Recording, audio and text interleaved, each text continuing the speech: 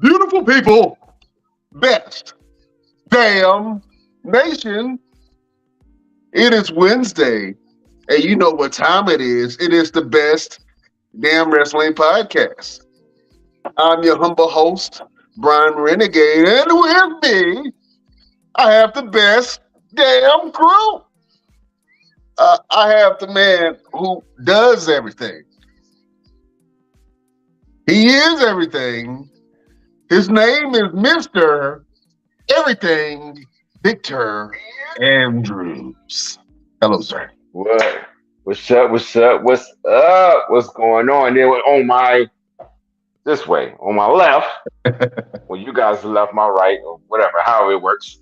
This man right here, the senior big face, grande el gordo, el capitan, Mister Best Damn Wrestling Podcast himself, Brian Renegade.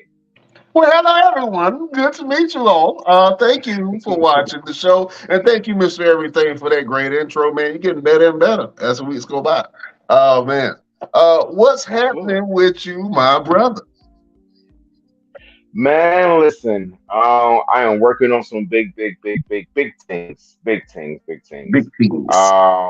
Yes. The little announcement that I made about this 17th, this past 17th, did not work out for me. But I will go ahead and reveal it to everyone. I was supposed to be at Monday Night Raw this past Monday. However, my my paperwork did not come back fast enough, and so they had to cancel my booking. But it is okay. I got it all sent in, ready to go, and you guys should be able to see me on some WWE TV programming in the coming weeks, months, days.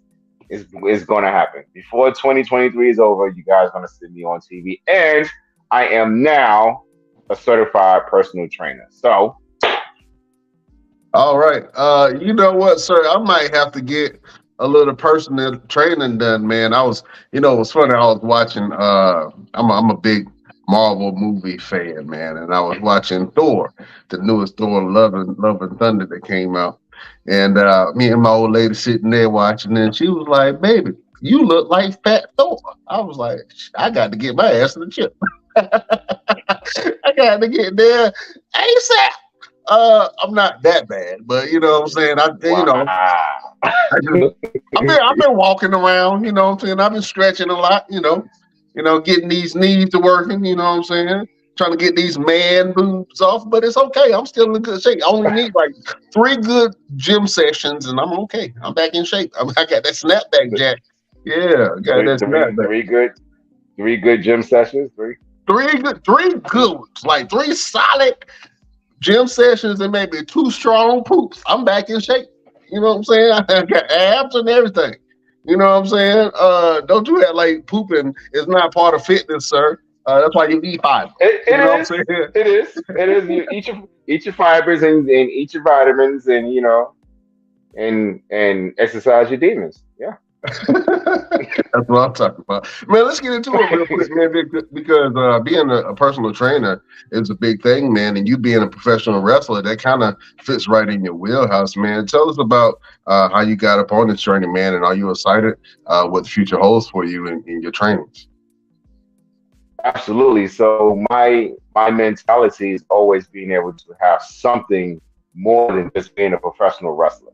And one of the things that always said is, if I get signed to WWE, in the event that I get hurt and I cannot wrestle, I want to be able to still have a something to offer to WWE, whether it's a personal trainer or athletic trainer.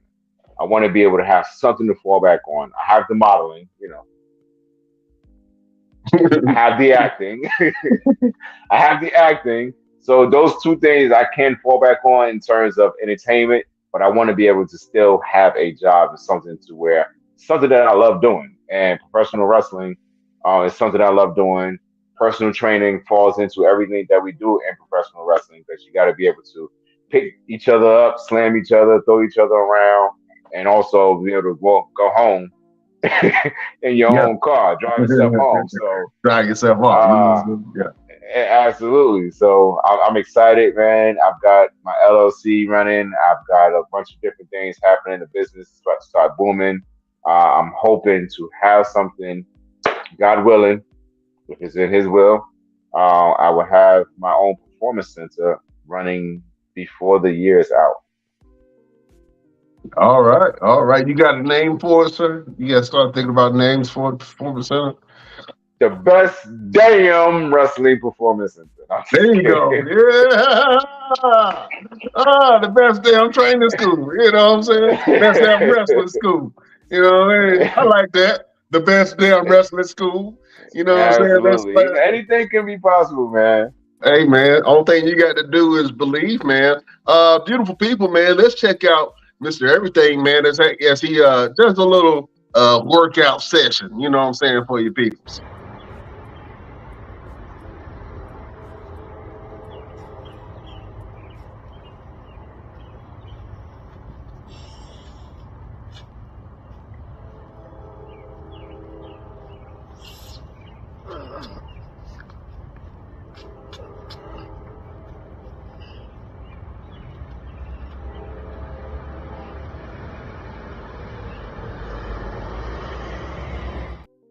On your Everything. shoulder.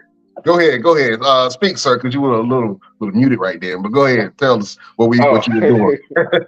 so imagine picking up that tire at 130, 140 pounds, all dead weight. That particular movement helps you in terms of doing a suplex. Who knew, right?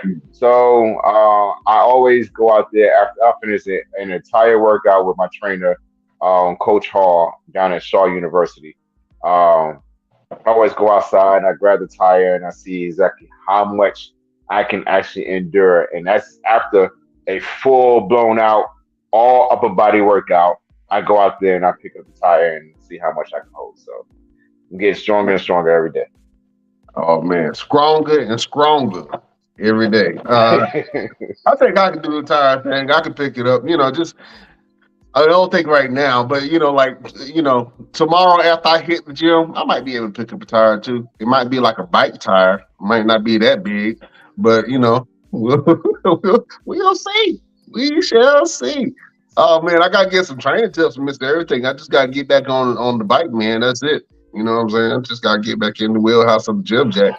Let me ask you another question, Absolutely. man. Being an athlete, how hard is it to keep your body in shape, especially when you're like you got downtime and you can cheat a little bit? How important is it to keep your fitness up when you're on the off season when you're not wrestling? What's an off season? Oh, wrestlers do not have off seasons. Wrestlers do not have off seasons. We're constantly going, constantly going. I did have a moment where I was rehabilitating that injury I had with my neck, where I couldn't do anything. So I was eating every and anything around the house. I was sitting still. Anytime I'm sitting still, I get hungry and hungry. It's like Yeah, my metabolism speeds up. So I did gain a lot of weight. I'm burning a lot of it off now, but I sometimes I do. Some wrestlers I know will gain weight just to gain some size and then just chisel it down. So that's pretty much what I'm doing now. I'm trying to gain a little bit of weight, get a little bit more size, a little bit of yeah, more girth, a that, little that, more girth on yeah. that That, arm right that, there. that's what I'm doing too. That's what I'm doing too. I'm gaining weight so I can lose it, chisel it. I, I, I'll drink to that. You know what I'm saying? Chisel that thing a little bit. Oh man, but congratulations, sir, on that whole thing, man. If you need some training from Mr. Everything, whether it's boxing training, wrestling training, fitness training, or to train your mind, go to Mr. Everything because Mr. Everything does everything.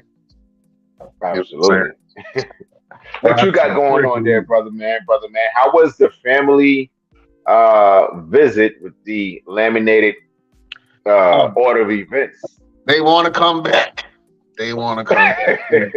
They had an absolute great time, man.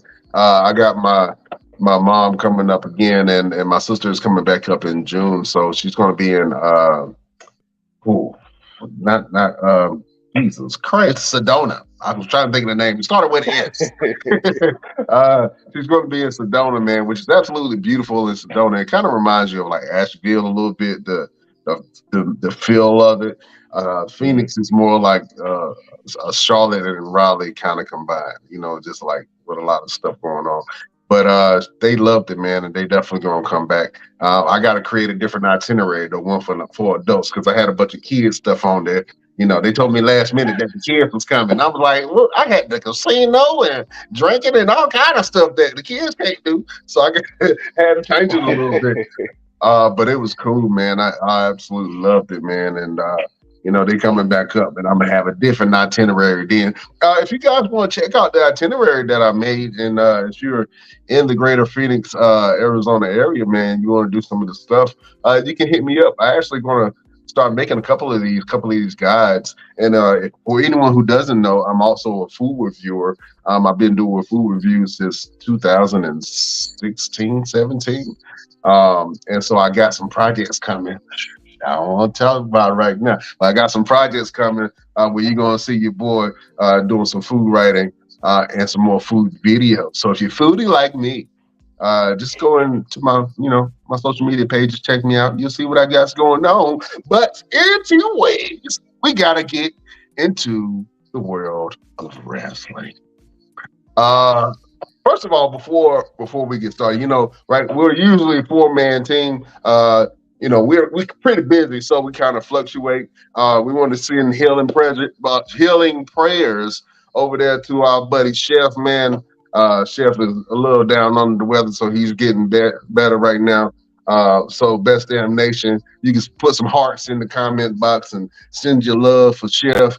And LP is getting ready for his big fancy smancy fashion show that he's putting on in Durham, man. And if you want to go to it, I advise you guys to go check that out. It's going to be something big. It's called the Renaissance Fashion Show. It's at the Durham Armory. And LP would like for you to come to that thing. I believe it's next weekend, man. It's going to be an absolute great show.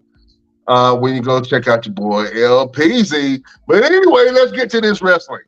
Mr. Everything, the draft is here. I'm excited about the draft.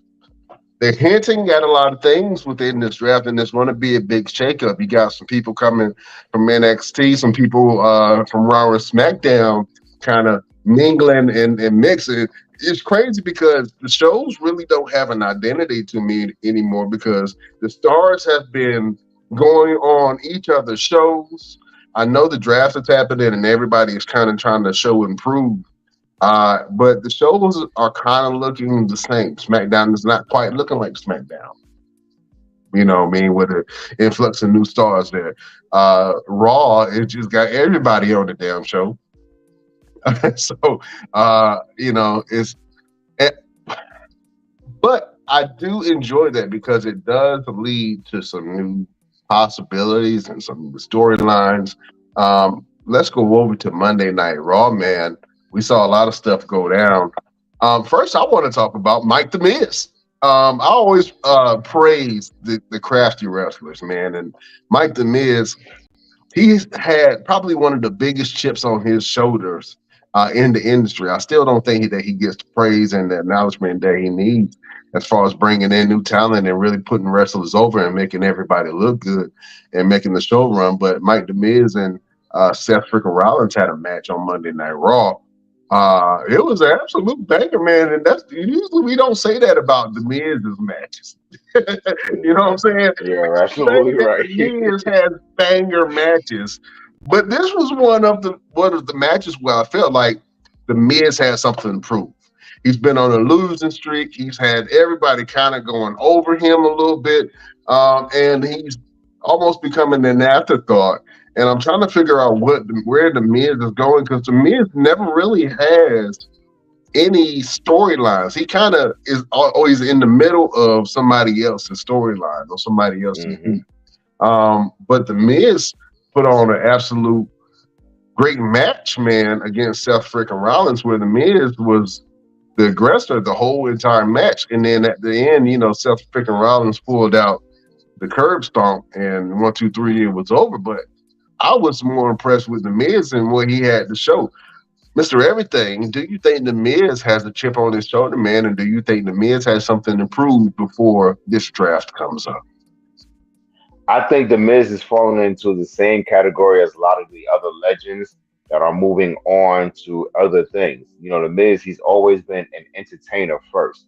Right. He's doing, Dancing with the Stars. He's doing, some musical now and everything else. So I think Miz is doing his last hurrah in terms of wrestling, and he's wanting to show like before he walk out those doors and go and do all his other ventures, he's wanting to show you that he's still who he always has said he was, is the man with the big grapefruits and the awesome one. But it was an amazing match. I was very caught off guard by how good it was because Monday Night Raw altogether was really good. SmackDown was really good, and it was several matches that really caught my eye, and this was definitely one of them because of the Miz being in it. They talked about how Miz has not had so much good luck in recent history, with him losing to Pat McAfee on WrestleMania Night One, and then Snoop Dogg on WrestleMania Night Two. If you notice, they didn't even mention Shane McMahon. No mention of Shane McMahon. No mention of the Transformer. Yes, Oh but man. they did mention the fact that he has been on a string of bad luck. I think the last storyline he's actually had was with um what's the weird guy name from Dexter NXT? Loomis. Yes, Dexter Loomis. That was the last storyline he's had. So, and he's had a little something going on when he was paired up with Tommaso Ciampa. So we'll see how the Miz is going to do from now until SummerSlam. Maybe he's getting prepared for SummerSlam. Anything can be Right. possible at this point. Anything can be possible, man. I think the Miz is one of those guys who could be um, a a player on any roster, man, because the Miz always makes things interesting, and he's probably one of the best on the mic. I know um, a lot of people say, "What's my man from AEW?" Maxwell Jacob Freeman is MJF. one of the best. Yeah, he's one of the best on the microphones. I don't know. He's good. Don't get me wrong, he's good. I don't know if he's touching the Miz though, man. And I I think think go I ahead. think the difference between the two of them is MJF is good because he just does the realism of whatever he says. Like it's like he will come up to you and say, "Yeah, I bottle fed your son while you were laying in the hospital," type stuff. You see what I'm Yeah, saying? Like he would go very very personable with his promos, where the Miz doesn't have to do that and still grabs your attention. He still keeps it within the character of what he's doing and who he's facing, rather than saying, you know what, uh, like if he's talking to Roman Reigns, he's talking to Roman Reigns. He's not talking to Joe I know I. You know what I'm yeah, saying? So I think that's the big difference between the two of them is how the Miz can stay in character and MJF to bring it so personal. yeah. Don't get me wrong, man. MJF is absolutely great on the mic. It's a little, it's a little scary.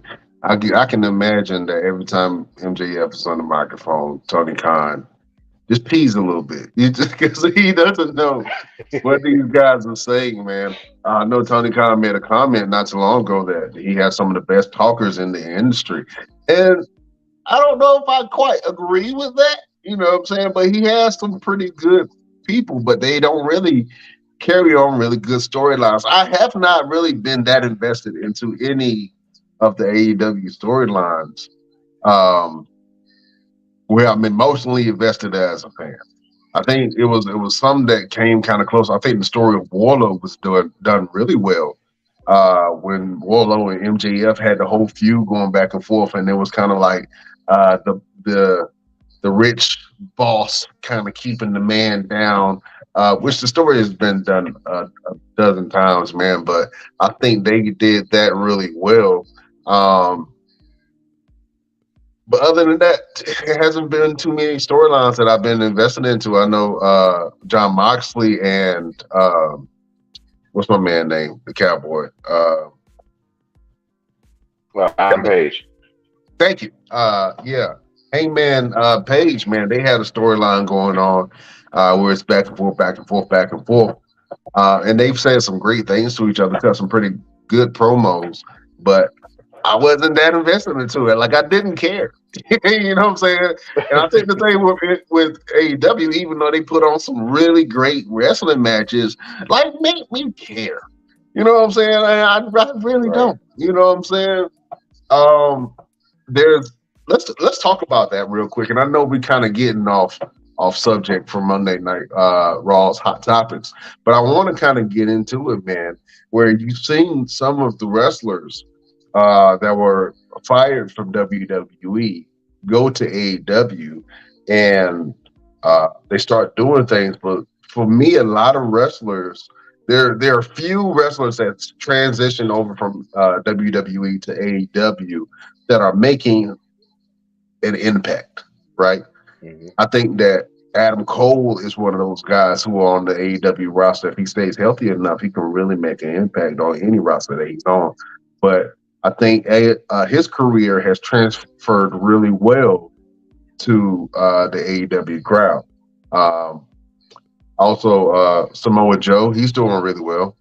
But he's on Ring of Honor. Like I said, I don't understand that whole dynamic. I don't know if Ring of Honor is a whole another brand and it's under AEW, or if they're working alongside just like they do New Japan and AAA. So I'm not too sure about that whole thing. But I seen Ember Moon. Ember Moon went over and she became Athena, and she's now the Ring of Honor champion for the female side. So she's doing good. And then Swerve Strickland is doing really well.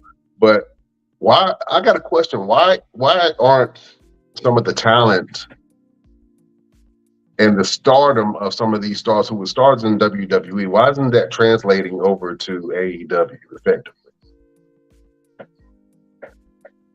I think it's more so the booking of everything. They have Keith Lee, who came from WWE, who was this monster of a guy, um, and he was in a ring with Roman Reigns, matched his stardom. You that's the stardom of a Keith Lee. Let me pause you That real quick because let me pause you real quick. Shane Strickland. Yeah, let me pause you real quick because your mic is going in and out. Um, and I think I really want to hear what you have to say on that topic because it's something that I think is interesting, man. Like I think some of the people who are doing good, like Keith Lee, I don't know what Keith Lee is doing right now. You know what I mean? Keith Lee, 'cause I swear Keith Lee looked like he 86 years old, bro. And you know, if you're an entertainer, bro, like it's a difference. If you're a wrestler, that's fine. But if you're an entertainer, you have a certain look. Keith Lee, just dye your hair, bro. I know you're naturally gray, but it does not look good with you on that. Like either shave your head or just kind of dye it a little bit. But when your whole face is entirely gray, I think that kind of brings down the stock a little bit. I want to see Keith Lee do better on the main roster. I want to see and especially the females. The females have not translated well at all. You look at Ruby Soho. She's really not doing anything. She's with this new group with her, Paige, and Tony Storm, but they had to kind of click up because they didn't know what was happening. They didn't know what was going on. Because everything's going to try to fix the mic a little bit, but to keep this going, I don't know how well some of these signees who's crossed over from WWE and now they're on the AEW product. I don't quite know how well that's translating on the main roster when it comes to getting more eyes on the product. I know that Soraya or Paige, who she was affectionately known in WWE, and she's even had a movie made about her family on WWE product. Paige made the transition over, and I thought that was going to be really big for the women's division there. But when Paige got there, she did absolutely nothing. She just kind of blended in with everybody else, and then she kind of clicked up with Tony Storm and to kind of like become relevant again. And I'm not sure how that whole thing works. Let's see if you can give us an answer, man. How do you think, especially with the women's division, what do you think they're missing in AEW as far as the women's division? I know they have a champion in Tony Storm, who is a homegrown talent, but like I was saying, some of the WWE talent that went over to AEW, they're really not doing too well, I have to say. It's only a handful of them who are doing pretty good, but not everybody's doing well in the female division, the women's division. They have some people who can really go, but Soraya came there, she did nothing. Tony Storm came there, they didn't even recognize her as a real champion. Ruby Soho went there and then got hurt and then came back and it's kind of doing nothing with the whole thing. Let me know what your thoughts on that. Why the stardom for a WWE star doesn't quite translate when they go over to AEW.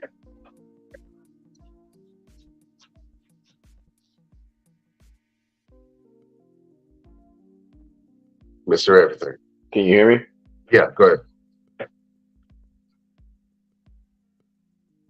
All right. For some reason, I'm cutting out. Can you hear me now? Yeah, I can. Go ahead. Like I was saying earlier, I think it's more so the matching of the stardom. You don't have anybody to match anybody's level of fan interaction and stardom. You have somebody like Tony Storms who she doesn't have anybody to really combat her in terms of bringing her up. You know, when she was on NXT, she had people like Rhea Ripley and Asuka, you know, all these different stars who can push her to another level. But in AEW, you don't have too many women or too many men that can actually push a lot of these superstars to another level. Even Keith Lee, when he had a match with Roman, one of his biggest things and one of the biggest things that drew a lot of eyes to him. Now he's on AEW. He doesn't have that. He doesn't have anybody to really. I mean, he has people, but they're not putting him with him. If you put him with somebody like Daniel Bryan, that may be able to put him up. If you put him with somebody with like Cesaro, that may be able to put him up. But you got him with somebody Shane Strickland, which nothing against Shane Strickland at all. He's an amazing talent, an amazing superstar, but he does not have that large star power like a lot of the other ones. Like put him with Kenny Omega. What are they waiting for? What is the delay in putting him with some of these guys who have these bigger names that he can actually go with? I just don't understand it. Mm. I think you're right, man, in that aspect of having the right type of person to bring your stardom up. And this is the thing. You can put on a great match. You can put on an amazing match, 5-star match. But if all the matches are great matches and nobody's remembering them, it doesn't really matter. You know what I'm saying? Like if for instance, I know a lot of AEW matches I watch, and it's great. It's full of spots though. I'm not a big spotty guy. I need a little bit of story, you know, because wrestling with a lot of spots, I'm like, oh, that's cool. That was a great match. But then I forget about it. You know what I'm saying? I don't. It's nothing that I remember about it. At least I care about storylines. I really care about storylines, and I really want AEW to kind of pick up their storyline game to really make the fans care about watching their product. Other than that, it's just wrestling, and that's great. I appreciate it for what it is, but the storylines is what makes you emotionally invested and makes you want to care. And I can see a great match and then forget about it. Like, you know, I can see a great UFC fight and watch somebody to get pummeled and then forget about it the next 3 seconds. You know what I'm saying? So it got to be something behind that to kind of draw you into it. That's why the UFC started doing all these promos and weigh-ins, and they trying to tell the story of the fight and about to make you emotionally invested. Because other than that, you're not going to really care too much about two people just fighting. You know what I'm saying? Like, why should I care about that? You know what I mean? And then that's just to be honest with you. Absolutely. But I really want to see more storylines coming that way because I think AEW has some amazing talent there. They do. They have some really, really great talent. And I think they're going to start losing people if they don't start using some of these talent the right way. You know what I'm saying? For instance, Why? I keep saying this. Why isn't Jade Cargill? And I know she got her TBS belt, but it really doesn't mean anything. Let that go to somebody else. Why isn't she fighting for the main title? Why are they so threatened to put her as the face of the company? And she's been almost the face of the women's division for a little bit because she has been the TBS champion, and they've been trying it on different people. Jamie Hayter is not working. It works for the core base, but it doesn't do anything for their product. Jamie Hayter is not working. Why aren't they putting the battery in Jade Cargill's back? I know she's what, like 50-0 right now. That's a great record. She has a great undefeated streak right now. But why aren't they putting Jade Cargill at the front of their product? And Jade Cargill can be a real star if they push her that way. She is built like a star. She looks like a star. And when it comes to that women's division, she is kind of the only star other than Britt Baker. You know what I'm saying? When I think about the women's division down there, man. I mean, like I said, don't get me wrong, they have some talented females, but when it comes to that star power, they really don't have that. And that's why their women's division, I feel like it's fading a little bit because they have women that are moving it forward within the wrestling realm of the matches being a lot more violent. So, we're not used to seeing a lot of blood from women's matches, and now we have these bloody women's matches, these stipulation matches that they have.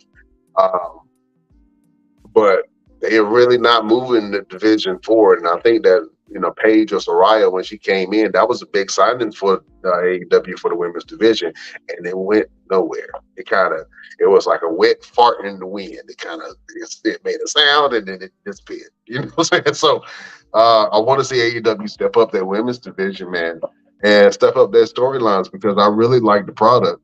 And a lot of fans do like the product. Now, when we're not WWE fans or nothing, I just prefer WWE because that's what I grew up on. And the storylines for WWE is, as an adult, that's what's keeping me hooked into still watching wrestling. You know what I'm saying? Other than that, I just be watching people fight for no reason. You know what I'm saying? To give me a little bit of storyline. Let's go back to Monday Night Raw, man. We had Trish Stratus show her treacherous, snitching, just evil face on Monday Night Raw. She lost the belts for Lita and Becky. She attacked Lita backstage. And then she proceeded to slither her ass into the ring and tell everybody that, hey, I created this women's division. There would be no women's division without me. I am the star here. I am not past my prime, and you shall see. That was a horrible explanation, but it leads me into a real credible question. Do you think that Trish Stratus and Lita started the whole women's revolution in wrestling? Mr. Everything.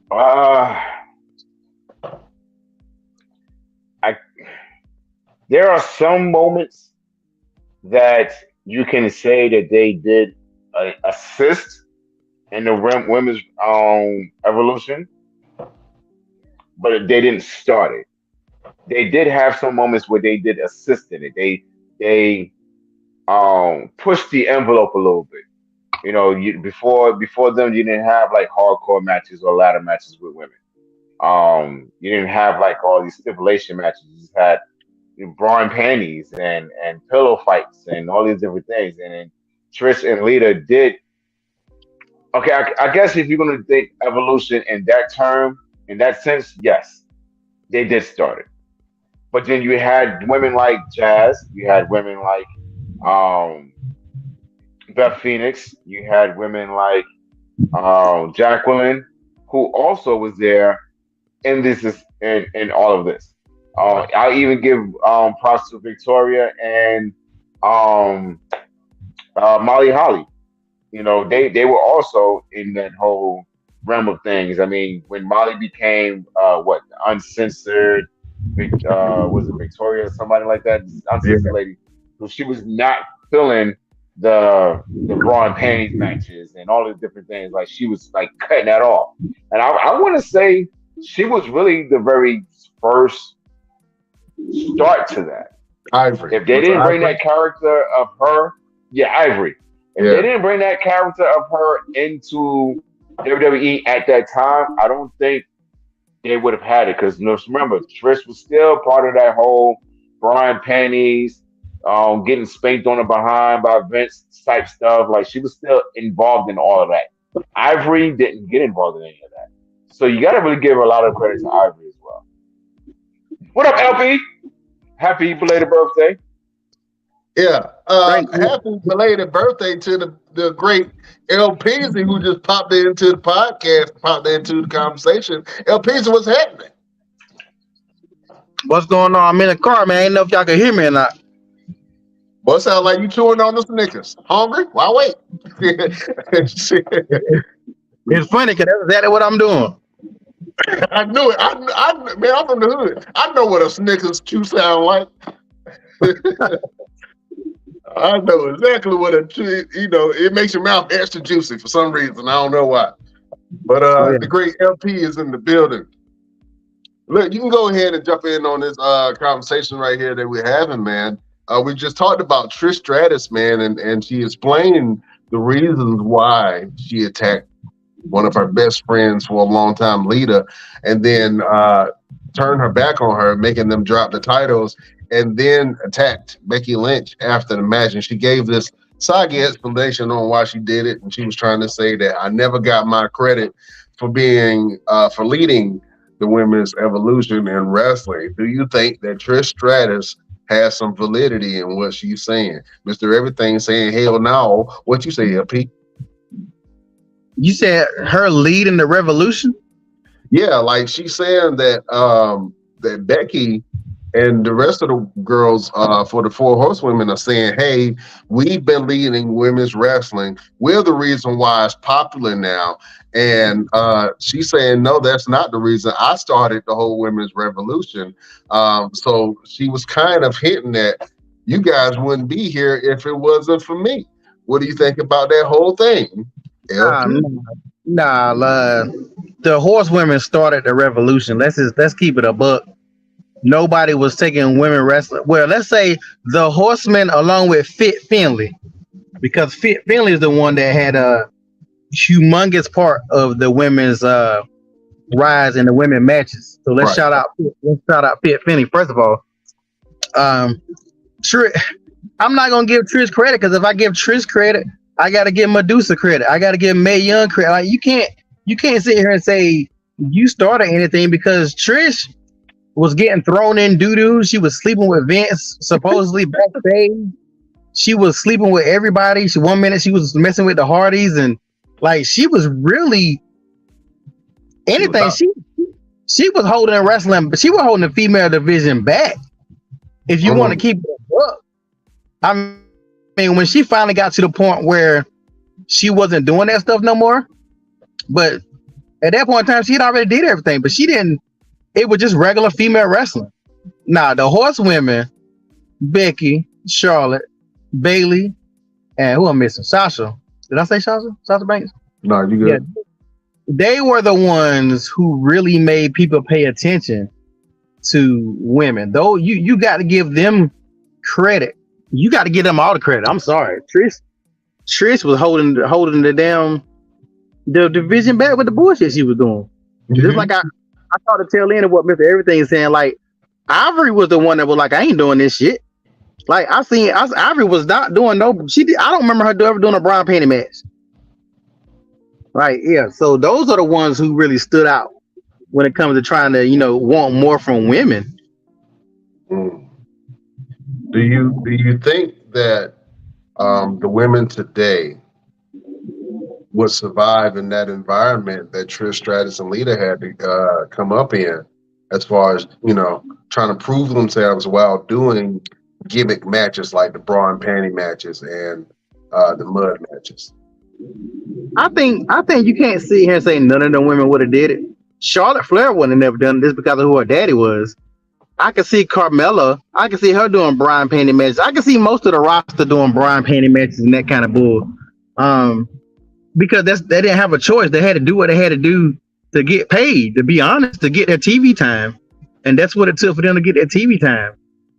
I mean, there's a lot of wrestlers. There's a lot of male wrestlers that did. Who was not Fit Finley. Who's my boy? Who had to kiss Vince's ass on national TV?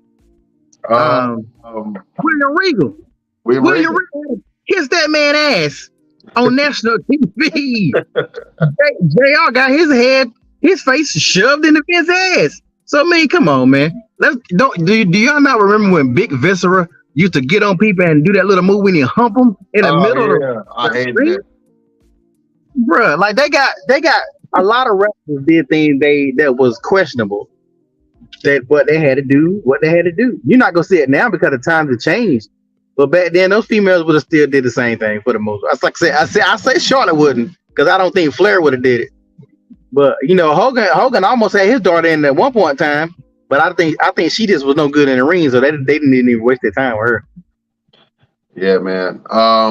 That's a very interesting question I pose, because what if Trish Stratus hit Becky Lynch with a stipulation match, and the match has to be like a mud wrestling ladder match? You know what I'm saying?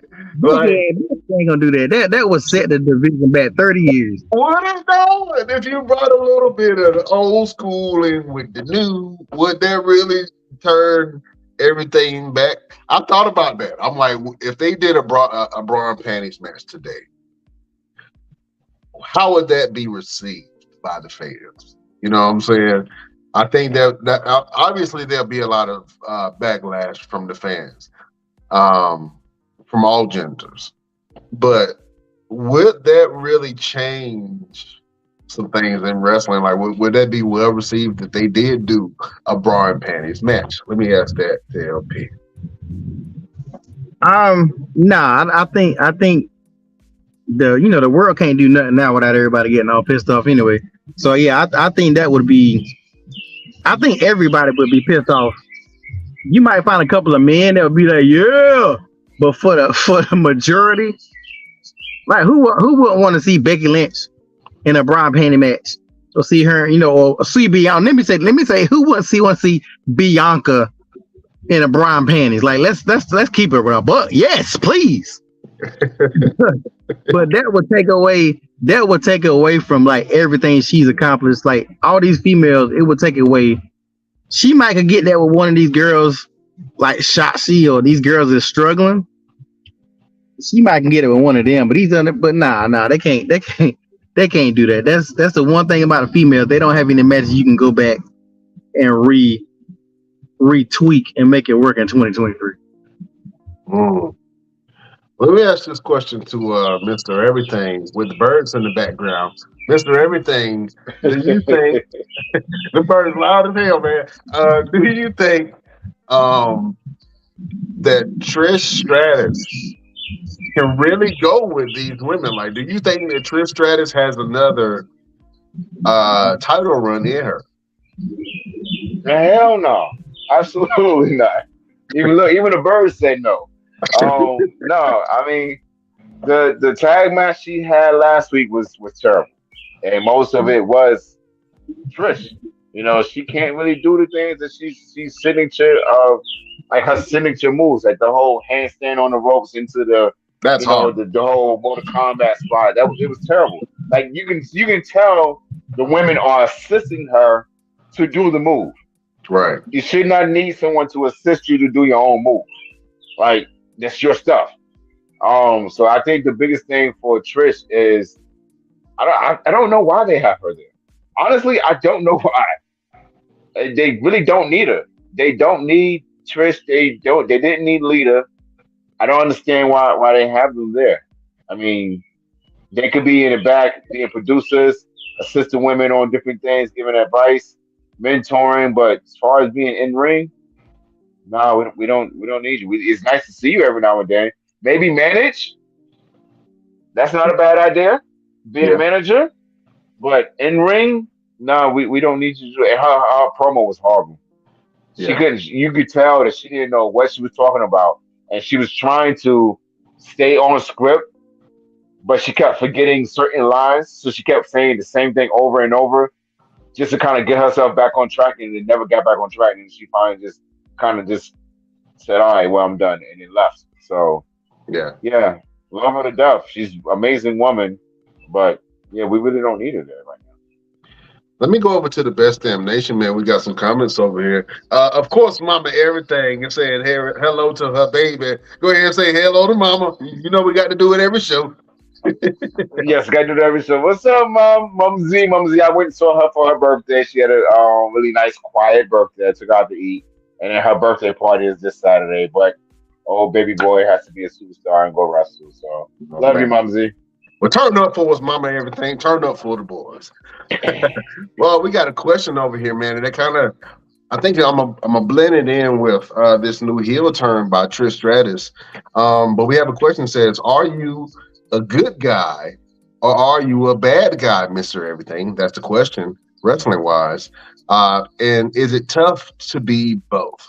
We see Trish Stratus, who's always kind of been a babyface character. Even when she was a heel, she was still beloved. But is it tough being a good guy and a bad guy and to be able to switch between two? That question is for you. Honestly, it is not that difficult. I consider myself now as a tweener. There are a couple of companies that I do work for that I can be a very aggressive individual, or the big Ricky Morton, please help me, give me your power type of deal. Um, so it's really not hard. I think people make it hard because they overthink it. A lot of superstars, they make it hard because they overthink it. They're thinking, oh, I have to beat this one particular person, and But you gotta remember, one of the things that I've always learned, and Vince McMahon was the one who said this, is no one's really 100% evil and 100% good. Everybody has a little bit of 50-50, 40-60, 60-40 somewhere in there. So that's why Randy Orton is so successful. Randy Orton can be whatever he want to be, and you're gonna like him or you're gonna boo him. Kevin Owens is so successful because you're either gonna like him or you're gonna hate him. Um, so it's not very hard to transition back and forth. It's just all a matter of what the fans want to see you do. What they like at that moment. So um, I like both. Being a heel is a lot easier because it's easier to get people to hate you than it is to get them to love you. That's And really real you know, life. yeah, it's real in real life. And you really need a really good heel as a baby to really get people to want to have sympathy for you in terms of your match and your promos and things like that.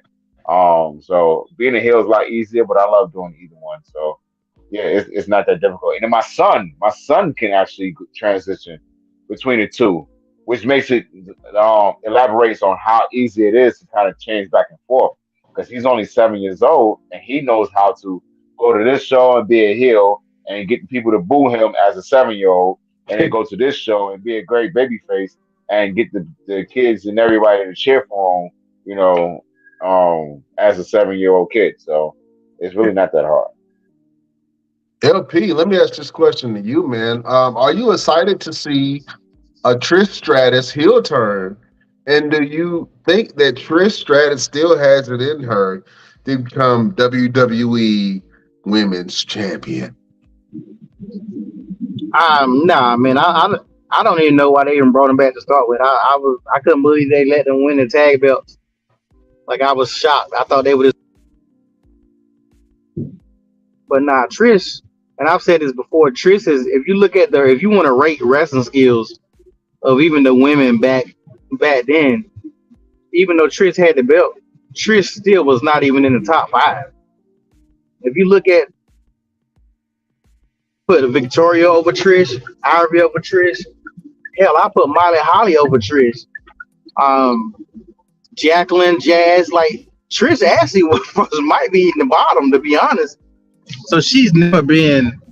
She was super popular, so I get it. I get why they got her there. I mean, I completely understand it. But nah, they got too many other females they need to be trying to get some kind of characters and stories with to be wasting their time with Trish old ass. Let's just be honest, her old ass. I'm sorry. Trish still look decent, but the surgery and age has not done her well. So I told y'all, her and Lita is gonna be our Mae Young and Moolah when we get old. As we are getting old and they getting old, they gonna be Trish. They gonna be our Mae Young and damn Moolah. Like you don't see, they don't bring none of the. I bet you Kelly can go better than damn Trish. So they got other females. Shit, bring Gail Kim back. Like they got females who still can go. Trish is not one of those girls. She just. I don't even think the crowd is into it. Like I don't know who's decided to do this, man. To start with, probably was Vince. Yeah, it seems like a Vince thing, guys. It really does. It really seems like a Vince thing. You know, Vince like bringing his favorites in, man, and kind of getting their last hurrahs. And that's what this feels like. At first, I was excited about Trish Stratus and Lita being back, but then every time I see Lita, man, she got the old woman throat. You know what I'm saying? She got the dragon throat, all the veins. It just look bad. I can't unlook at it. I can't not look at it. And then Trish Stratus, man. And Lita is not that old. She should not be looking like that at her age. I don't know how old she is, but damn it, she got to be in her. Is she in her 40s or 50s? Maybe she's 46. I want to say. I just turned 45. There's no way in the hell she should be looking like she looks. Bruh. Like, good Lord. Her neck looked like a wrinkled trash bag, bro. It just looked bad. It just looked bad. I was looking at Lita like, damn, how old is Lita? And I was like, hold on, she's 46, bro? I was like, oh, man. No, what? She's 48. She's 48? Still no excuse. Bro, my mama's 62 and she looked better than that. Edge made a good choice. The Beth Phoenix still look damn good. Beth Phoenix looks real damn good. Yeah, man, I don't know. Lita look like she smoked 20 packs of cigarettes a day. And just the way her throat look, it just don't look good. It just don't look good at all. And I'm not being ageist or nothing. I'm just saying she should have really aged better than what she did. But you know, LP, you mentioned something on the last podcast of how you think that Lita and Trish Stratus can't go with the girls today. With their in-ring debuts, making their returns back to the ring, have you been excited or impressed about Trish Stratus and Lita's in-ring presence? Was that a start of a joke, or you have been serious? I was being serious about that. I thought you were working on your stand-up bit for Def Comedy. No, to be honest, watching them, I'd rather watch the Bella Twins than watch them in the ring. Like they on some Bella Twin. You know what? That's who they should have had fight each other. They should have fought the Bella Twins. They could have been Botchamania. Oh, like man. Lita, I'm telling you, like anytime Lita goes for that Hurricane Rana or try to, I literally be afraid. Like I'd be afraid that she gonna mess up and hurt herself. That's why she needs to stop. Like that's number one. That's all Lita got really is a couple of moves she got. I don't know. Maybe the girls just need some money, and they was like, "Look, we'll make this." Because I know Mr. Everything know about what kind of range they make when they get on TV and wrestle. He might can at least elaborate or give us a ballpark amount of money they making. So maybe that's what it is. They need some money because you haven't seen them do nothing outside of wrestling. At least I haven't. They're not doing. I haven't seen them on the reality TV. I haven't seen them do nothing. That money ain't gonna last you forever. So maybe they just need some money in the WWE. Like, look, we're gonna help y'all make a little bit of this money, Mr. Everything. Around how much money you think that they're making for this little bit of stuff they're doing? As Hall of Famers, I would say Trish and Lita are probably making about 400 to 500 thousand a year just to do a couple of appearances, maybe more, maybe close to 700,000. Because they have the Hall of Fame legend status. But speaking of women, not to go off subject, but uh, I just saw this post about Haley and Hannah Cavender. They are supposedly these uh, NCAA phenomenon twins from the Miami Hurricanes. Uh, they are going to WWE, which is very interesting because the Bellas are no longer doing anything with WWE or wrestling. So I think they're trying to replace the Bella twins with another set of twins. But these two women, they are on their way to WWE to start training. So that's And you going to say be they very wrestle? interesting. Are they wrestlers? They no, they are basketball players. Oh, I don't care about. Well, you know, They I, training to be You said they training to wrestle. They're on their way to WWE to start training. But I think they're doing that. They're bringing these women in because they're twins, they're attractive, and they have a large following in the NCAA basketball region. So, but I thought that was very interesting to see that happen with the Bella twins no longer having anything to do with being Bella twins. Now they're going off of their real names and then making their own waves on the reality TV. So that kind of goes in hand with the whole evolution of women wrestling. You have women from other sports coming in and other genres like Casey Catanzaro, who was an American Ninja Warrior winner. She came in from there, so it's very interesting. Then they got some volleyball players and things like that. So um, a lot of the women that we have or we have seen have opened doors for other women from other sports to be able to come in and do these particular things. To say Trish and Lita were the spearheads of it, absolutely not. But they did have a large hand in helping that be able to transition from bra and panties to main eventing WrestleMania. So uh, maybe I'm in the minority in this whole thing, but I would love to see a good old fashioned Braun panty match come back just for one night. You know what I'm saying? Just for one night. You know what but I mean? who would you put? Look at the complexity of the women's division now. No, you're Who right. would you And I'm put in thinking that about it. predicament? Who would you Shayna put there? Baszler. Because it's Shayna like Baszler and Ronda Rousey. Hell no. Hell no. You know what? You posed a turn good his mic off. question, man. You posed a good question because the women now aren't really built how they were built back in those. I can't say that. I can't say that. But they, you're right. Now that I think about body wise, who would you want to see in a good old and this is a nostalgia question. I know we all got women, so ladies, don't be offended by this question. But fellas, what wrestlers on this main roster would you want to see in a good old fashioned Braun panties match? Let me ask that to Mister Everything. Why you gonna put me on the spot first? Sorry, mama. Sorry, mama. Um, But this is this one. I'm a very big fan of Xia Li. Xia Li is an amazing looking woman. Okay. I've watched some of her photo shoots.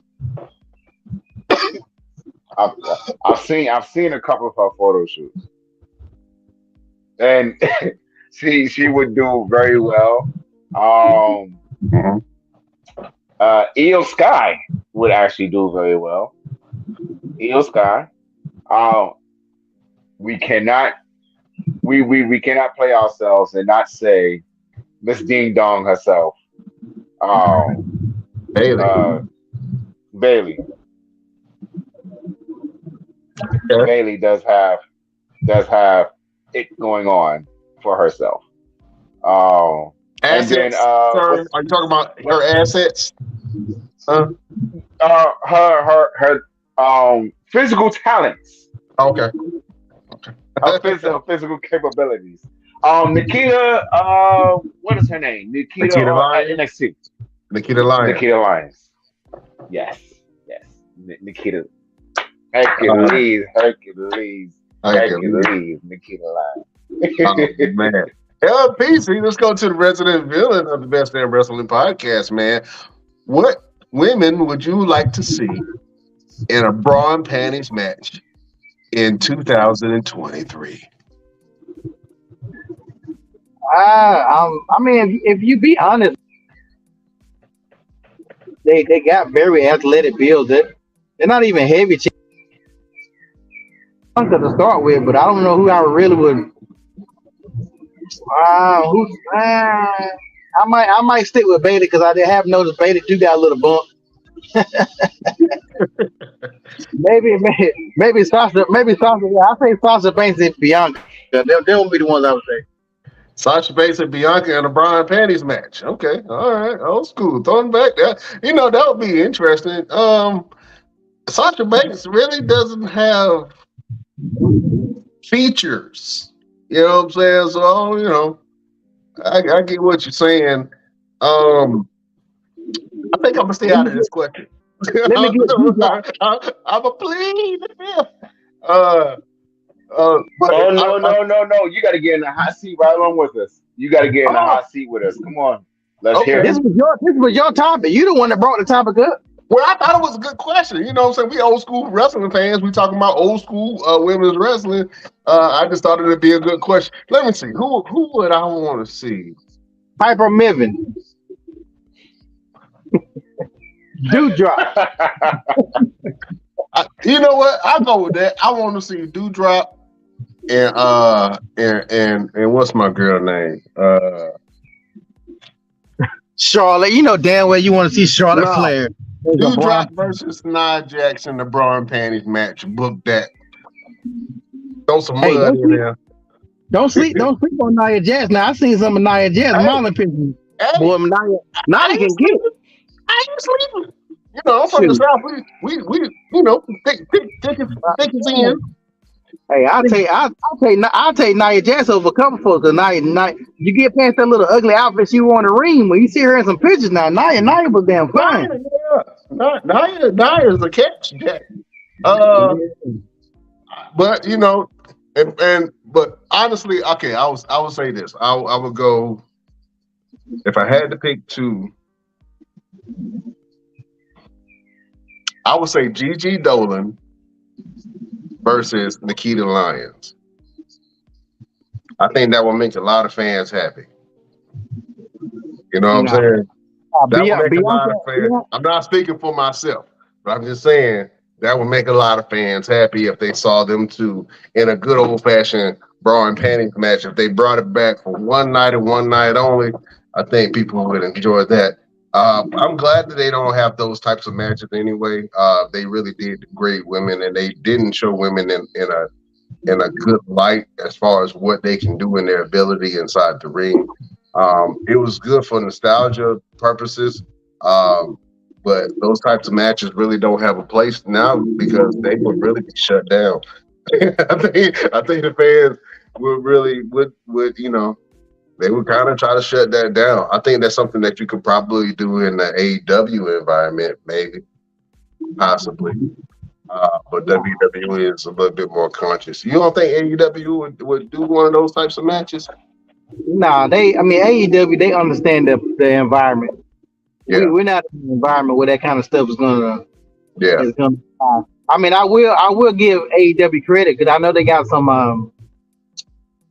I don't know who the one guy they got wrestling, or I don't know what, somebody from the LGBTQ. They do got like a wrestler that wrestles under that, which I thought that was pretty. WWE don't seem to want to touch that at all. I guess Vince I'm not doing that at all. But I will say that I can't say that because Velveteen Dream. They have people that portray as in you had Billy and Chuck. You had a whole lot of people that really wasn't that way. I'm talking about yeah. They're truly part of that community and openly in that community. WWE, they don't even got nobody like that in AEW. I mean, Scripps, he kind of look like he might be, but they're not. You know that they're not pushing that. Well, So I would, from a man standpoint, I don't think so. I think it's only been a few that kind of got over that way. Goldust was one of those, but I don't think Dustin is really that way. Somebody who you're right, WWE. I mean, like I said, only person I can really think about that was pushed like that, that became popular and people part of his lifestyle became part of his character was Velveteen Dream before he was fired by WWE for some unethical practices. I guess he got caught up with the underage minor allegedly, and some things that happened and they had to let him go. But Velveteen Dream was one of those guys, and then they got another guy on the roster now. I can't think of his name. He's a heavyset guy. I think his name is Quentin. I don't want to say Quentin Miller. I thought he starts with a Q. But he's in the community too. But and a large part of his character is enveloped into that. Into who he really is, you know what I'm saying? On AEW, you have Sony. So what's his name? Sonny. I don't know what his name is. I know Sonny something. Sonny. It's on the tip of my tongue, but I know. But I've seen him wrestle, and it's interesting to see that because I don't quite know. I don't know. His wrestling style is interesting, man. It's interesting. He looks like a lot of the female wrestlers on the roster, like he wrestles like the female wrestlers, but he's really good. And a lot of people love him. He has fanfare. They haven't really put him on TV much. I've seen him on the TV a couple of times in the early days, and then lately he's joined this faction in AEW, and then somehow the faction kind of disbanded. I can't remember his name, Sonny something. If you guys remember, put it in the chat box. But it's very difficult and very. I would think it would be difficult to kind of brand that and push that as a character. Obviously, you get people that go behind that, but like you have people that's in the LGBTQ community, like a Sonya Deville. Which a lot of people don't really get behind the Sonya Deville character. They like what she represents, but they don't really get behind the whole character. Am I wrong in saying that, LP? Well, I think that's more because she just ain't no good. Like since she's been there, right. She's just been a very mid undercard character. Like I don't think it has nothing to do with her sexuality. And then too with a female, it's a little bit easier to push it versus a man. Like, wrestling, hell, we got a long way we need to be, but I don't think Vince will ever do that. When they have done it, and you can look at every single person in the past, from Goldust to, like I said, Billy and Chuck to Gorgeous George, like they do it, but they do it in a comedic way. They never had it where you're supposed to take them seriously, and then too they only do it for a certain amount of time. Goldust was more like a Prince type character. He really wasn't. He didn't say nothing that made you think he was gay. He was just very, very different. Billy and Chuck, that whole thing that went. They got murdered by the boys, and yeah. I don't know where the guy's at now because I used to watch him when I used to watch Ring of Honor. The guy Will Ospreay or something. He got two guys with him called the Boys, and they got the little feathers or whatever. I don't know if you ever used to watch AEW. With the peacock feathers and stuff. Yeah. Now I don't know if he's part of the community, but his character definitely comes off as that.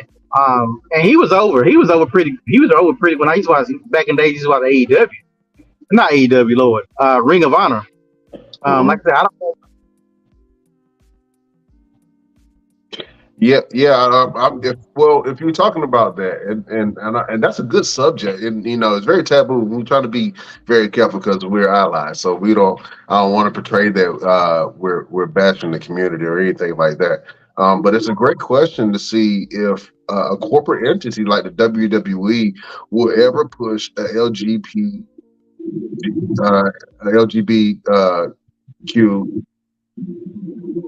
star. Like, would they really push that? Um, like a gay man. Would they push a gay man as their champion for the brand? That's very interesting. To a very interesting question. I know there's been people in the community that's been. I know Gorgeous George and William Regal. His sexuality has been known for a long time, but William Regal has never become world champion. He's become champion. He's been held championships. The acclaimed on AEW, one of the members, he's a part of the LGBTQ community, but he was AEW Tag Team Champion for a while. But as far as a mainstream like Roman Reigns type character, do you see the WWE ever getting to that level of pushing a superstar that's in their community as their main star? Do you see that, LP? I think star like if I think Damian Priest is part of the community too. I could have sworn I heard that one time. I'm not sure that he was. I wish Mr. Everything was on. He may know. But I think if there's somebody like that, they may push. I mean, I'm pretty sure there's some in the closet. I mean, Austin Theory give me vibes. So I mean, Austin Theory could clearly be that way, and he might got a hid, or they don't want to push it. I don't think they would ever openly push somebody who, if you could be in that community, I could still be masculine, if that makes sense. Like, they'll push them as long as nobody can tell that they're part of that community. Let's say Roman came out of the closet or whatever. He was like, I've been part of the community my whole life. So at this point in time, they couldn't do nothing about it. But I don't see them pushing nobody that they know is like that and openly like that. Like, you can be like that and we'll push you, but you gotta keep it in the keep it locked up. Cause that's wrestling. Wrestling fans, let's be honest, are like super racist and super prejudiced. I hate to say it, but it's a very deep rooted thing with wrestling. You should hear some of the stories about. I remember Teddy Long talking about how Ric Flair called him the N-word before. Like, it's a lot of wrestlers probably. I mean, hell, I love Stone Cold, but Stone Cold character really screams like he says the N-word for breakfast, but Stone Cold never came out that way. You know what I'm saying? Like, he's a damn redneck. So when you hear redneck, you're already thinking, Confederate flags and don't like us. But Stone Cold character was never portrayed like that. Right. So it's really all about how they portray it. But I think the community, they understand the community again, and they're buying it. These are some things that may be coming up soon in the next couple of years, because they're thinking about PC and all that other kind of stuff. So we have this discussion now. Fast forward later on, we may see something happening sooner or later. I think it'll happen for the female side. It won't before the men. Like, I definitely see, because it's like Bailey kind of gives me vibes. Like, Bailey definitely gives me vibes. Like, she may be like that, and I don't know, because they don't openly. No wrestler openly talks about their sexuality. You just happen to see them with their people, and you don't always see that. You know what I'm saying? I think some of them just keep it to themselves or whatever. Mm-hmm. So, have you ever seen Austin Theory out with a woman? I haven't seen nobody out with a woman. To be honest with you, but I would hope. Like, you see that? Like, that's what I'm saying. Like, you see the Miz out, with his wife, or John Cena was married to the Bellas. Austin was married to what was the woman at one point in time. Like, it's key things they let you see. But there's so many wrestlers out there that you don't never see, like, their outside lives. And whether Right. they keep it that way, or WWE keep it that way, I really wouldn't be surprised if they like, look, I don't care you do this, but you can't be posting, you can't you can't do this. I think they got a lot of stuff in their contract. And that may sound crazy, but this is still a company that has people working that without giving them insurance. Yeah. So so they can pretty much do what the hell they want to do. So, Yeah, we've definitely seen a lot of progression when it comes to LGBTQ champions and wrestlers in general. In every promotion, I mean, it's a part of life and it's part of storytelling. Of course, WWE has always been a part of blowing up storylines bigger than they need to be. But I think that WWE would be ready for a champion who is in the LGBTQ community. I think the female division would probably be the first to do that way before the men's division would.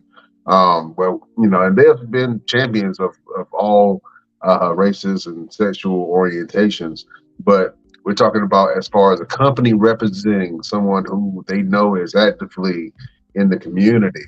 That's a bigger question. Would they be bold enough and progressive enough to push a champion who was openly gay? That is interesting. I think they'll get there eventually. And like I said, being a champion in the company and being the champion is a whole different thing. You know what I'm saying? So we'll see. That's a great question, man. I hope we didn't ruffle any feathers talking about that whole thing, but it's very interesting to see what the progression of wrestling is compared to what it used to be. Because you are right, LP. Wrestling sometimes can be a very fickle crowd, and you have people who openly let their biases be known when it comes to berating certain wrestlers, man. So it's getting more woke, I guess. But right now, man, I don't know if the WWE is ready to push the champion who is openly in the LGBT community and letting them be the face of the company. That's a very interesting question. Like I said, I think eventually we'll get there, but we shall see. Real quick, LP, man, on Monday Night Raw, man, there's a lot of stuff that happened, but one of the biggest stories for me was the clash of the factions, my brother. You see a lot of different factions on Monday Night Raw kind of enter talking to each other. You had the Bloodline and the Judgment Day doing the face-to-face, and Paul Heyman informed the Usos and also told the Sokoa that the Tribal Chief has done a deal in the name of villainy. Am I saying that right? In the eyes of being the villain, they wanted to do a one-on-one bad guy to bad guy transaction where the Judgment Day takes care of the little KO Sami Zayn Matt Riddle problem, and then the Bloodline was to take care of the Rey Mysterio and LWO, the Latino World Order faction. So they pretty much just traded enemies. The Bloodline took out Rey, Matt Riddle, and KO, and the Bloodline took out Rey Mysterio and LWO, and the Judgment Day failed to take care of the Kevin Owens, Sami Zayn, and Matt Riddle problem. I'm excited to see all of these factions coming together and interacting with each other. Although Matt Riddle, KO, and Sami Zayn aren't really a real faction, I'm excited to see LP. There was a point on the show, on the podcast, when we were like, man, we miss factions, we miss groups, we miss tag teams. Now it seems like we have them back, and now we see them interacting with each other. Are you excited for some of these potential matchups when it comes to the factions? Hopefully I won't be breaking up. You was breaking up a little bit. Yeah, I thought it was kind of cool to see. They definitely got to start doing this with all these factions. I definitely want to see the LWO do more than just be the LWO. Like, I want to see them more They're just wearing the shirts. I want to see them do a little bit more. Um, I thought it was pretty decent. Cause they need to do something. Like to me, ever since WrestleMania, the shows have been okay, but it ain't been a whole lot of stuff that really stood out to me. Right. I think with the draft, maybe it's gonna shake some things up. But yeah, I just think everything's getting kind of back. It's getting back bland. Like it's not nothing really. Even with the Usos and Sammy and KO, that whole storyline right now is like, Roman is acting funny toward the Usos, but you're not really seeing much movement like there were before. I like the LWO versus the Judgment Day, and I did like that little mix in there. Yeah, but I mean, I like to see a lot of these different matches. Seeing Solo versus Rey Mysterio, and that was a match I didn't think you would want to see, but I'm glad they did it. Man, real quick, let's talk about that because it kind of goes along with the storyline, the clash of the factions. Man, Solo Sikoa versus Rey Mysterio was an absolute banger of a match, and you're right, it's a match that we didn't know that we needed to see. But Rey Mysterio put Solo Sikoa ass through the ringer. And so you went into it thinking, man, Solo was going to smash Rey. Solo was going to do this. Man, Rey Mysterio showed why he is a giant killer and he is the absolute legend because he was putting Solo Sikoa through it, and Solo Sikoa barely pull out the win. I thought that was an absolute great match. At the end of the match, you can almost see Solo saying thank you to Rey Mysterio for the whole experience and putting on a classic match, man. Real quick, LP, talk about the Solo Sikoa versus Rey Mysterio match, and do you possibly want to see the Bloodline versus the LWO in the future? I mean, that was a great match. I think last week that match and they was right for belts. They were some pay-per-view type matches, which you really don't see a lot now. During the week. I mean, on the weekday. I mean, Solo been putting in work since he been. Yeah, you breaking up a little bit. Yeah, but let's put some respect on Solo's name, man. Solo Sikoa has been main eventing a lot of nights. Yeah, Solo Sikoa has been main eventing a lot of nights, man. He's been on TV every week. So people need to start putting some respect on Solo Sikoa's name because it's looking more and more eventually like Solo Sikoa is going to be the head of the table or Roman Reigns' successor when he does leave. He's poised that way, and the boy is looking strong. You were breaking up a little bit, LP. What were you saying? Let me let you finish your point real quick.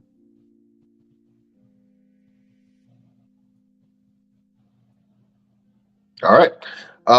So Solo, man, is just doing his thing right now. And he's the sole reason why the bloodline is looking strong because we don't see Roman Reigns on our television. Although we would like to see the tribal chief more, although we would like to see who is stepping up to Roman Reigns. LP, you posed that question last week. I don't really see anybody in position to really fight Roman Reigns. I would love to see Roman versus Bobby, but they've been keeping Bobby away from your boy Roman Reigns, man. But who's going to fight Roman Reigns coming up soon? We don't know, but we want to see. It's got to happen. Let me see, LPZ. Who do you think is going to be the next challenger for Roman Reigns? And like I said, Solo Sikoa has been holding it down on the singles run, and he's been keeping the bloodline faction as far as fighting along with the Usos alive while Roman Reigns seems like he's running the WWE from afar, just like the drug kingpin that he is. But who do you see stepping up to Roman Reigns, man? I know you alluded to them keeping Bobby away from Roman. Who do you think is the next challenge for your tribal chief? Hopefully, I mean, I might be still breaking up. Can you hear me? Yeah, I can hear you. Go ahead. I don't know, and WWE don't know. Like they with Cody fighting Brock, but when Cody get done with Brock, he gonna end up fighting somebody else. So I don't even think WWE knows. Unless it's Bobby Lashley, they ain't got nobody left. If Randy Orton come back, that wouldn't make no sense. He done unless they're gonna get Chad Gable or somebody else to push. You got Bobby Lashley, you got Gunther, which I don't think they're ready to push Gunther yet. You got Bobby Lashley. That's it. Like they literally, with the exception of Rick Boogs or Shinsuke Nakamura. I mean, they got a lot of wrestlers that Roman hasn't faced, but you know they dropped the ball with Sammy. I still think they can bring Sammy back up and make Sammy into this. They just have to do a couple of quick tweaks, and they can get the fans. The fans still behind Sammy, but they definitely dropped the ball with that. Bray Wyatt, who knows the hell if he ever coming back? They dropped the ball once again with Bray Wyatt, just like I said they would. Yeah. So I mean, I think they scrambling right now trying to figure out like what the hell we gonna do. I saw a guy on Kevin Nash. Kevin Nash got a podcast. I check it out every now and then. And the guy that hosted with him said he said Roman could keep the belt for 2 or 3 more years, and he would be okay with it because he liked champions that had the belt for a long time. Which I think that was the dumbest mess I ever heard in my life. And I can tell you, I would not be watching wrestling if Roman had the belt for 3 years. I promise you that. I would take another break. I've taken the break before. I would take another break, and I'll come back later. But no, they can't have that man having the belt for another damn year. They might be planning on Roman keeping the belt for the next 2 years, man. That would be ridiculous because it's different when back in the days you could do that. You could do that with Bruno Sammartino, whatever his name is. You can do that back in the days. You can't do it now and make it make sense. Like Roman's not that damn good. Let's just be honest. Wrestling wise, Roman is not even the top 5 on SmackDown or Raw. Wrestling skill wise, so you're not. It doesn't make sense. Let's look at Raw. Can you name? And let's be honest. Can you name 5 wrestlers that's better in the ring than Roman? Yes. Okay. SmackDown. Can you name 5 wrestlers that's better in the ring? Yeah.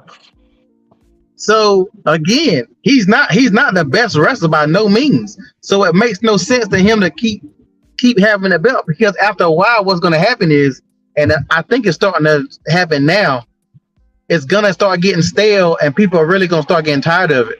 Because the simple fact is, people was invested because of Sammy. I've said it plenty of times on this show. If Sammy was never part of this whole bloodline storyline, you would have had Roman being a regular heel like he was with Jimmy and Jay when he was trying to make Jay join and he was beating the shit out of Jimmy. And then I forgot what is it? When he was about to hit him with that damn steps. And then he finally went on and did it. Like other than that, before Sammy came, they were just typical regular damn villains. But Sammy took them to that next level. He took the bloodline to the next level.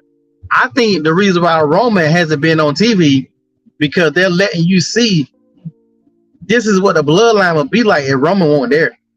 Paul Heyman be in charge, Usos and Solo.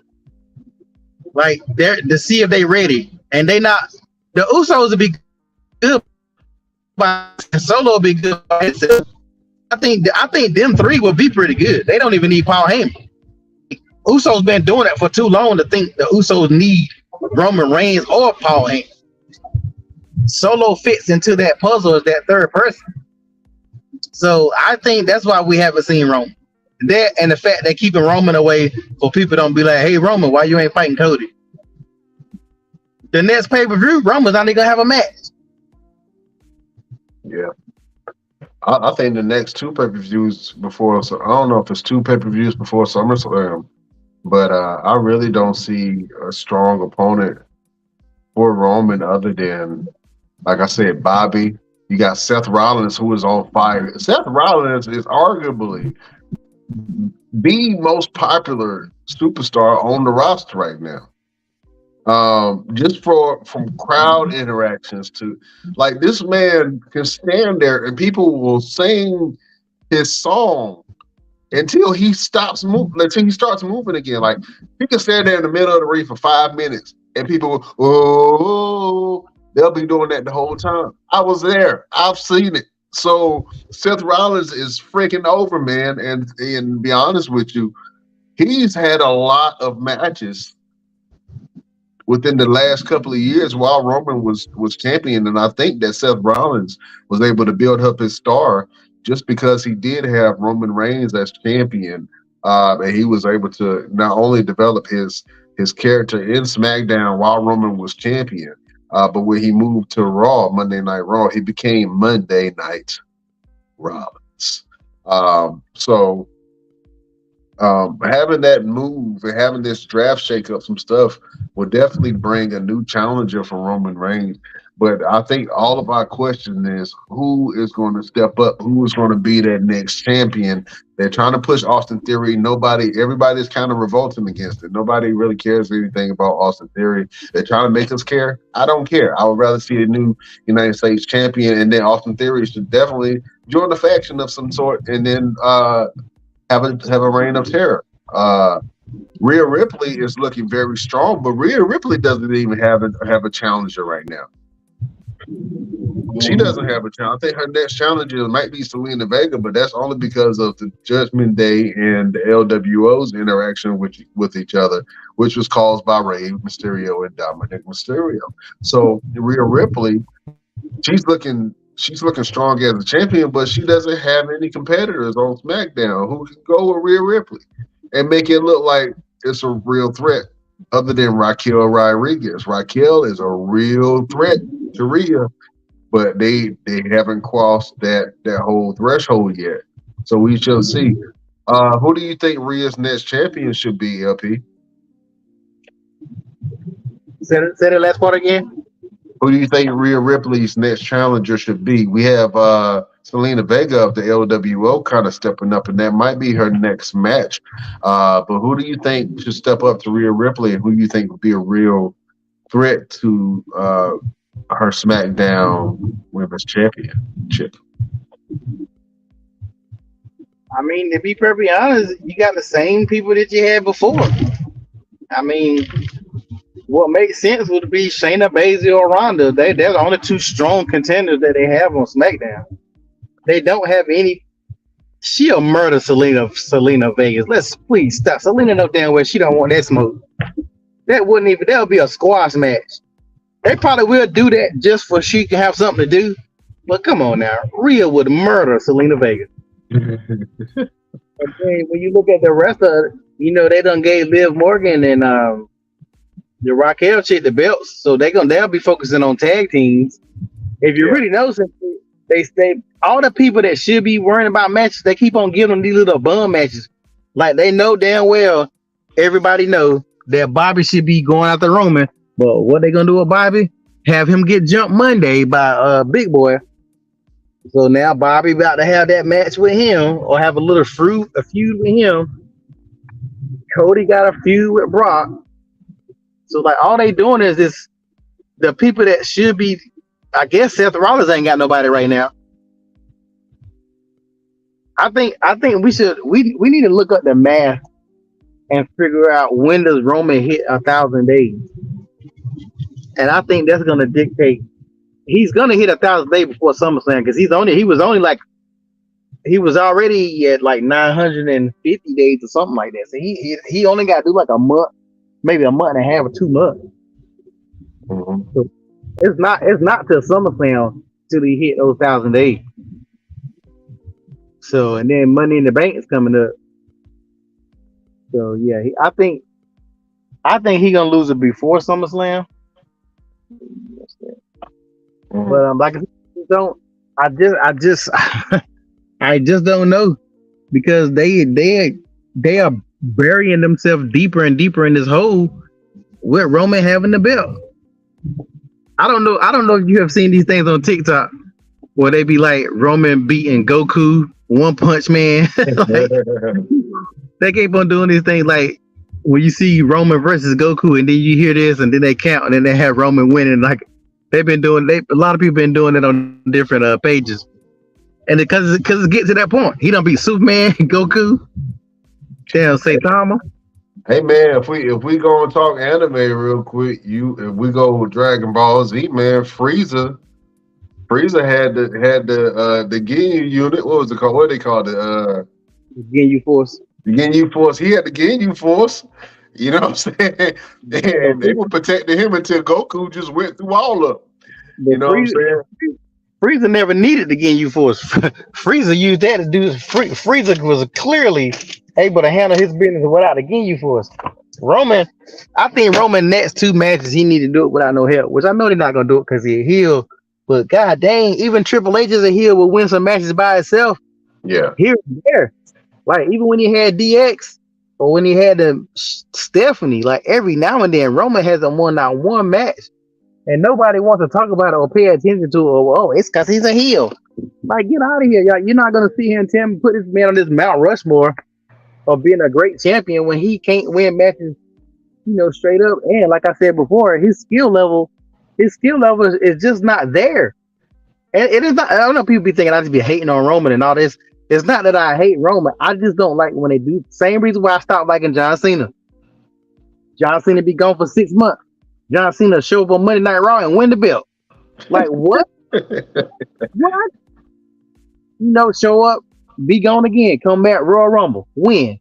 So I never like when they try to force feed you champions, and that's why people didn't like Roman the first time. I mean, this is the better version of Roman, but nothing you do as a wrestler can last forever. You got to be able to switch it up, or it's gonna get stale. Yeah. Sammy changed the bloodline and stopped them from being stale, but now they going back into that stale territory. And now that Sammy even giving Sammy and them the belt is dumb. If they're gonna keep on fighting the Usos, they need to be wrestling somebody else. The Street Profits need to walk up to Sammy and KO and be like, "What's good? We want one of them belts." Yeah, I think they should. I don't know. I think they should shake it up because I'm not really buying into the whole Sami Zayn KO tag team thing. I don't feel strongly about it. I don't get excited when they have a match. It still feels like they're two individual competitors that just are on a tag team together. The interactions are still weird to me. I think they should go ahead and split up the belts. It don't look right with them having the undisputed titles because I don't know. I think that the Usos will get it back after the Backlash. I know they don't have the titles up right now, but I think that the Usos are going to get those belts back before SummerSlam.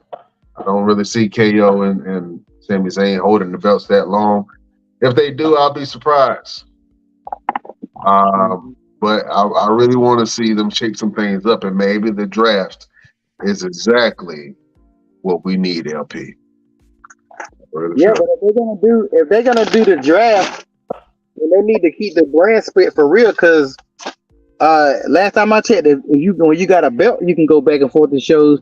But damn, if the damn bloodline don't show up on every damn show, they ain't got them belts no more. And you look at the main events on both shows, they damn near was the same thing. Yeah, and I agree with that. And that's how I kind of felt like SmackDown kind of lost its thunder to me this week because SmackDown and Raw looked so similar with the stars of both brands being on both shows. It seems like the Judgment Day and the Bloodline is taking over everything, and the LWO is just showing his head up. And then everybody's kind of getting in where they fit in. Cody versus Brock doesn't make any sense.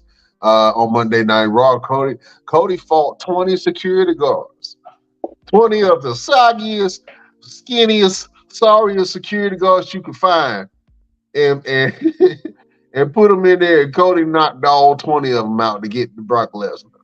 And first of all, LP, I used to bodyguard myself, and I know you've been into some clubs with real bodyguards.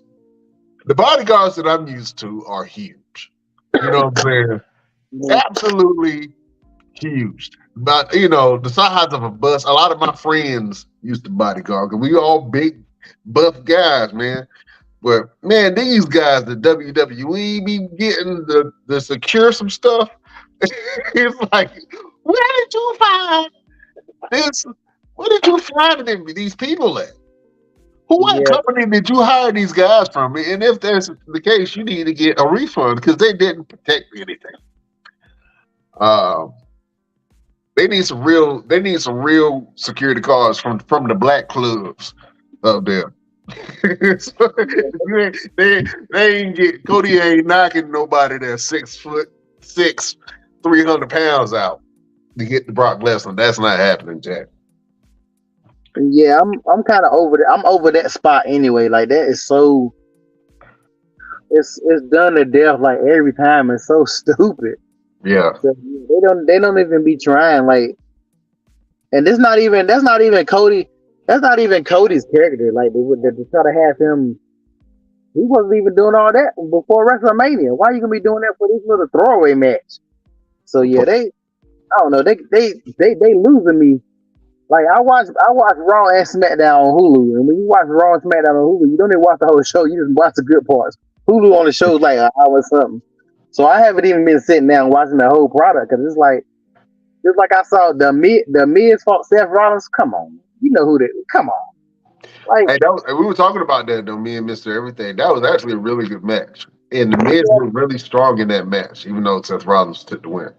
yeah, but you knew from the gate who was going. Even when I seen that, I was like, I know damn well Seth Rollins ain't about to lose to the Miz. I think something happened and they just threw that in there. Yeah, but They I think everybody's trying to show face for this whole uh draft, man, and people got to start looking strong. I think that the security guard spot with Cody Rhodes was to try to make him look strong against Brock Lesnar. Because Brock Lesnar victimized Cody Rhodes on TV twice. Uh, well, at least one time he manhandled him. I don't know if he did it again, but just the sheer force of Brock Lesnar coming against Cody Rhodes, man. I don't know. The story really doesn't translate to me because it doesn't make sense on why they're fighting. Why wouldn't they do this before WrestleMania to make Cody look like a real strong competitor against Brock? And I know they don't want to look Brock look. They don't want to make Brock look weak. Um, but man, some of their strong guys, the big strong guys, man, have been looking oh so weak lately. Uh, just because of the weird matchups that some of these people are being put on. But Cody versus Brock Lesnar, I'm not sure if I'm too excited to see it, and I don't want to see Cody Rhodes go over Brock. I'm sorry, I want Brock to destroy Cody Rhodes. It don't make sense to put Cody over Brock. What's the next move after you put Brock Lesnar? You put Cody against one of the strongest guys in WWE. Who does Cody go to next? Omos? Bobby yeah, Lashley? dang, he about to be Cody. Cody about to do what I said they were gonna do to Cody when he first got there. He about to be doing. He gonna be headed to the damn mid car because they're not. They need to change a whole lot of shit on WWE. Now that WrestleMania is over, it should have been a whole humongous reset because they're doing too much. At least that's what I did like what they did with the Judgment Day and all them because that was different and they definitely needed something. But they need to keep that up and keep changing it because, like I said, it's getting to. I don't want to see Sammy and KO fighting the Usos every freaking week. Yeah. Like it gets so old. Like they got to do something. They got too much talent and they're not using the talent. And I think that's where they're starting to hurt themselves. Yeah. I think that's something that we were alluding to a little bit earlier. Me and Mr. Everything, how AEW has a lot of great matches, but they don't really have any storylines that you can get invested into really as a fan, as a casual watcher of AEW, not a devout person who enjoys the product, but just as a casual watcher. I want to be invested in some of the matches that I see, even though they're great 5-star, 4-star matches or whatever the case may be. The matches are good, but then after I see it, I don't care. You know what I'm saying? So I think that's the whole thing with AEW and WWE is falling into that still category where the same people keep fighting each other each week, and it's nothing really going on. And so this draft, hopefully, is here to shake a couple of things up, and we are here for it. Oh man, LP, it's been a great show, man. A lot of stuff been happening, but you got a important fashion show coming up. We plugged it at the beginning of the show, but real quick, LP, what you got going on, and where can the people find you? This Sunday I have the Renaissance Fashion Show going on at the Durham Armory in Durham, North Carolina. Doors open at 12 o'clock. Kids and teen show starts at 2. The main show starts at 3. I got like 12 designers, over 20 vendors, already over 200 tickets sold. So it's going to be a packed house. So, definitely come out. You can buy tickets at the door. Just come out and be prepared to see a crazy fashion show. Oh man, and where can people find you, brother? Oh yeah, as always, you can find me on Instagram. We'll spare the word out, One Click Photography Shoots, and just look at everything I got going on up there. All right, my man. My name is Brian Renegade. You can find me on all platforms at Brian Renegade, and check out some of the things that I got going on. And if you want to follow the show, beautiful people, well, the only thing that you got to do is follow us on our social medias. You can go to our Instagram at the Best Damn Wrestling Podcast. You can go to our Facebook group at the Best Damn Wrestling Nation. You can follow our Facebook page, the BD Wrestling Podcast. That's where we have all the good stuff for you guys to check out. You go to our Twitter at Best Damn Crew. You can follow us on Twitch at the Best Damn Wrestling Podcast. And you can follow our TikTok at Best Damn Wrestling Podcast. Show your boys some love on that thing. And if you want to support the show financially, or if you know somebody that got some monkeys in their pockets and they want to support your boys and what we're doing, you can go to our Patreon, www.patreon.com/ the Best Damn Wrestling Podcast. For as low as $5, you can get all kind of stuff. We got hoodies, we got cups, we got mugs, we got aprons, we got hats. We got all kind of goodies for your pleasure. So go to our Patreon, www.patreon.com / the Best Damn Wrestling Podcast to support the show. LP, oh man, we do this every week. We try to leave the people with some encouragement, a final word, a word of motivation, as it says. And you got a lot of stuff going on, my brother. Do you have a final word for the beautiful people? Man, I know a lot of stuff I say always sound about the same, but I really gotta say, if you got a dream or you got a vision, something you want to do, just push it. It may happen today, it may happen tomorrow, it may happen 3 years from now, but just set your goals and stay the course. Set your goals and stay the course. Stay focused on what you got going on. Don't fall for the distractions. If you tell somebody that you love your dream and they shoot it down, it won't meant for them to know how. Keep doing your thing. Everybody ain't got to have the same vision that you do because God didn't give it to them. So keep on pushing.